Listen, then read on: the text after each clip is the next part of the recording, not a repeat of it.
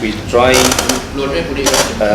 in this occasion, we try to foster a very strong. A little bit more about how you see the situation at the moment, how you think the new generation of young Acehnese are preparing for their future. Jadi memang saya bilang kritikan mungkin ke depan dari perempuan. Hubungan bilateral antara Indonesia dan New Zealand dan hubungan antar manusia di antara kedua negara menjadi penopang hubungan yang sangat biasa.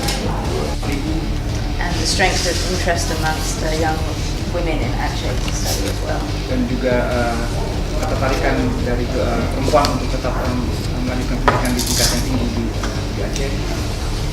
And so I'd be interested to know, myself and my colleagues, a little bit more about your perspectives in terms of how the youth. Juga di luar kampus Aceh lah itu berubah total sebelum tsunami ini kan sudah datang sebelum tsunami, kemudian baru tsunami 25 kena pengaruh itu berubah besar. Setelah tsunami kampus kami dibuat yang bagus.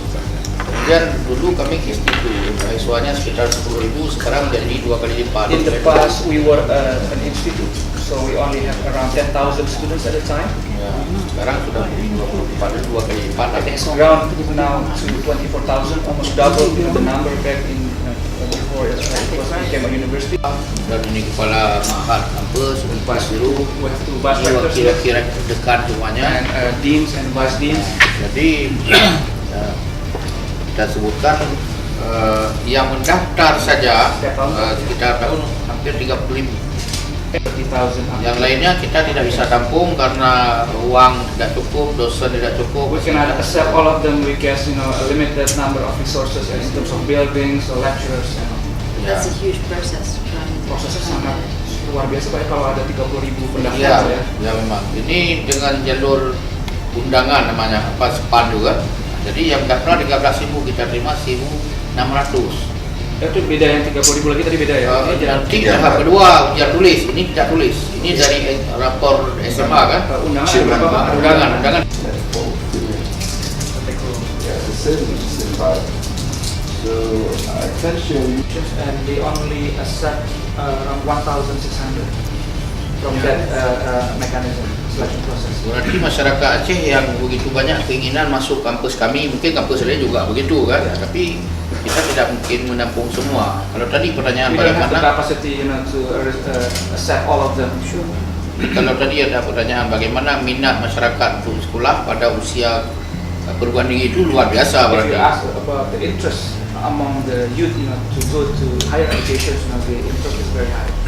Yang satu lagi perubahan mahasiswa sekarang dengan sebelumnya itu kan tadi saya sebutkan. First one is outreach program.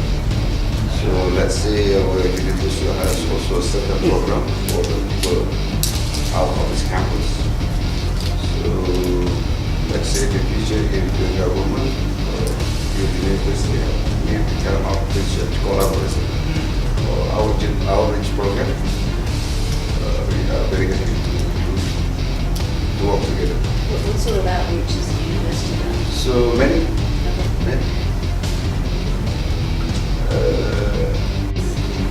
Sudah keterangan Bapak. And they are well thought. That's the people there.